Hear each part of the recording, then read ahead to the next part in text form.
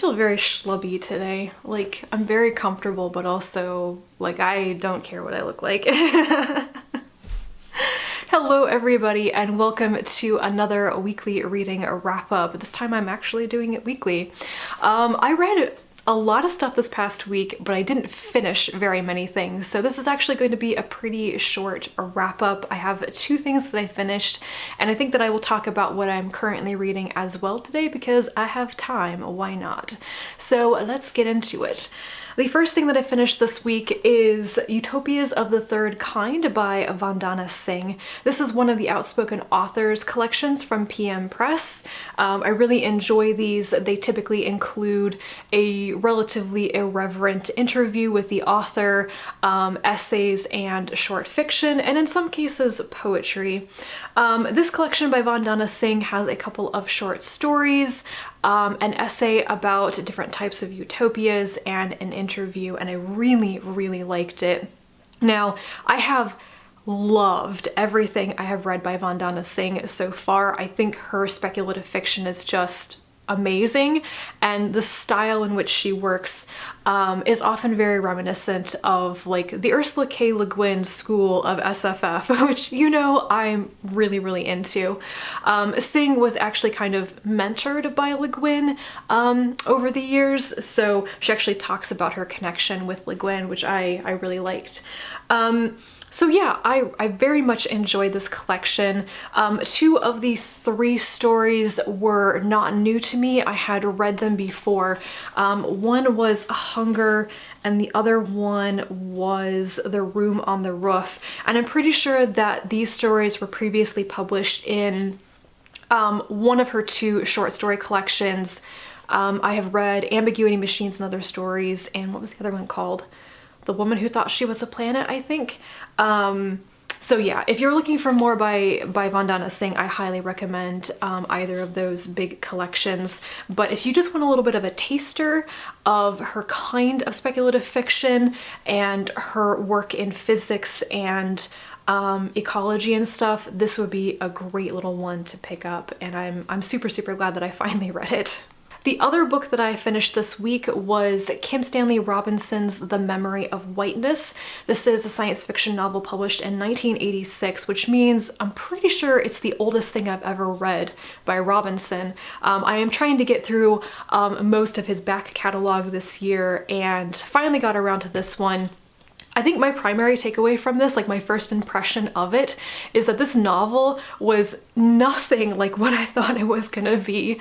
I don't know, I just like my idea of the style and the plot of this book did not match what it actually was, and I don't know why. So this novel really explores the connection between music and physics. It follows a man named Johannes, who is the ninth master of a mechanical orchestra from Pluto, and the orchestra is going on a grand tour of the inhabited solar system. So the book is structured as this tour going from the outer planets inwards towards Earth, and then finally Mercury, and then the sun. And Johannes is obsessed with understanding what may have been the original intent of the orchestra. It was designed and created by a physicist named Holywelkin, who was responsible for some breakthrough concepts in essentially quantum physics, which completely changed human society and allowed people to live throughout the solar system with basically artificial suns.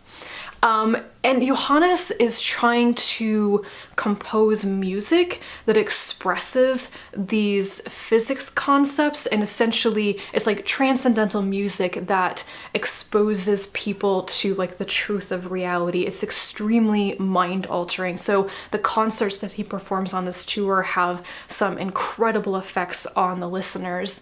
But at the same time, there's like this conspiracy, this like ancient sun cult might be conspiring to kill Johannes because he might be onto some ideas that they don't want exposed to humanity. This is kind of muddled though. I think for me, because I'm not really a music person, a lot of the practically like transcendental passages talking about musical structures, expressing physics concepts, it completely lost me. I like music and I know what I like, but I don't play music, I can't read music, I'm not that interested in the kind of music that orchestras and symphonies play. So it kind of lost me there. I also just didn't connect a lot with the characters. I don't find that Robinson's novels have all the time like incredibly in-depth characters. I don't read his novels for fantastic characterization. He does a pretty good job. But in this story, I really disliked Johannes, the main character. I never sympathized with him. Most of the time I felt like he was just this very typical tortured genius type of character who, even though he knew that what he was doing was perhaps misleading or based on a false premise, he still did it anyway. Like, damn the consequences for anybody else. And I didn't like him, and I didn't care really what happened to him, which is kind of sad in a story that revolves around his actions. All the secondary characters seem pretty flat to me, or just didn't have as much page time, or they were just outright villains like Eckern. Like, what can you say about that guy? He was just messed up and meant to be the bad guy. So whatever. So all in all, it was a decent novel. It was incredibly readable. It's on the shorter side for a Robinson novel, that's for sure. But it was just so easy to sit down and read like half of it in one go. So it was entertaining, and I liked that I finally knew what this book was about, but not my favorite by Kim Stanley Robinson. So those are the two books that I finished this past week, and I have been doing a lot of other reading on different books, so I just haven't finished a bunch of other things. So what I am currently reading, I've started Tomorrow's Parties, A Life in the Anthropocene edited by Jonathan Strahan. I picked this up at Worldcon. I do enjoy a lot of anthologies edited by Strahan, so this looked quite interesting. It's basically stories that explore what everyday life would be like in an age where everything is fundamentally altered or affected by human behavior, which is a really interesting concept to me. I am buddy reading this with Rhea from the Bookfinch, and I'll probably finish it this next week since we are reading about one story per day, and so far I am enjoying it. Then I restarted Station Eternity by Mur Lafferty. This is her latest novel, and it is a murder mystery in space type of thing, which I love. I had originally started reading this as an ARC that I got from NetGalley. I got it quite late and I had already pre-ordered the book, so when my copy of the book came, I restarted it, and I'm really enjoying this. I am absolutely convinced that Mur Lafferty came up with this concept after binge watching Midsummer Murders, which is a very, very long-running British murder mystery series, and I have watched at least 10 seasons of that show. But the name of the series is The Mid-Solar Murders, so you can see where that connection comes from. But my favorite thing about this story is that the essential premise of it is that the main character is a woman that murders keep happening around her. She's a really good like amateur detective, but she feels cursed. She's like, it is unnatural for so many people to die around me. It is unnatural for an ordinary person to encounter and solve murders that the police can't. It's just weird. And she's trying to escape humanity because she knows that if she's around people, they will die. So to have a character like in the middle of that like cozy murder mystery trope who is aware of the trope and how strange it is, I think that is really fun, actually. So it is a pretty like funny story. It's very fast-paced. I'm really enjoying it. I'm about a third of the way through it. I've also started another outspoken authors collection. This is Karen Joy Fowler's The Science of Herself. This is one of the original ones. It's from 2013, and I think it's only like number 12 in the series. I think there are more than 30 of them now. So yeah, I'm not very far into this, and I'm reading the first story, which is, I'm not really sure if it's like a historical essay on Mary Anning or if it is like creative nonfiction or something about Anning. Anyway, it is interesting, but I'm not really sure if it's meant to be fiction or nonfiction. I've also restarted the continuous Katherine Mortenhoe by D.G. Compton. This is a sci-fi novel from the 1970s that explores the idea of reality television kind of before reality TV was a thing.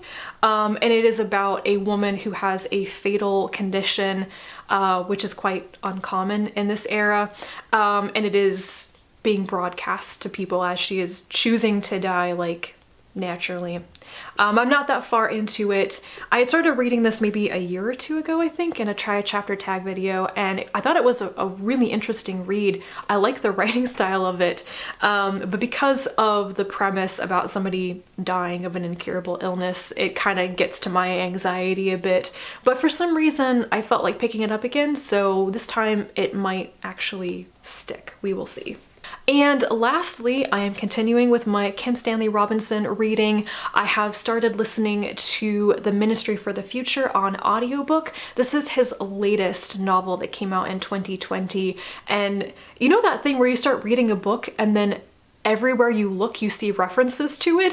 It's kind of like when you buy a car and then you see that kind of car everywhere. That's what's happening with me with this novel. I am enjoying it. I'm not that far into it. I've heard this described as one of the most hopeful novels that Robinson has ever written, which I think is interesting. The story begins with an account of a deadly heat wave in India that kills millions upon millions of people within just a few days. It is one man's perspective as he survives this event, as people die en masse around him, and it was intense. I mean, it was very emotionally affecting. I had to take a break from the audiobook after listening to that, and I think it got to me so much because it felt like it was describing something that had actually happened. Knowing that we are extremely close to having deadly wet bulb heat waves in that part of the world right now is like, whoa, this is extremely disturbing to contemplate. It's very scary to contemplate. So what a way to begin a book. But yeah, it's good, but it might take me a while to get through this one. That is it for what I read this past week and what I am currently immersed in. Hopefully I will have full thoughts on these next week when I finish some of them. Let me know what you are up to, what are you currently reading, and I'll be back to talk to you again soon. And until then, bye.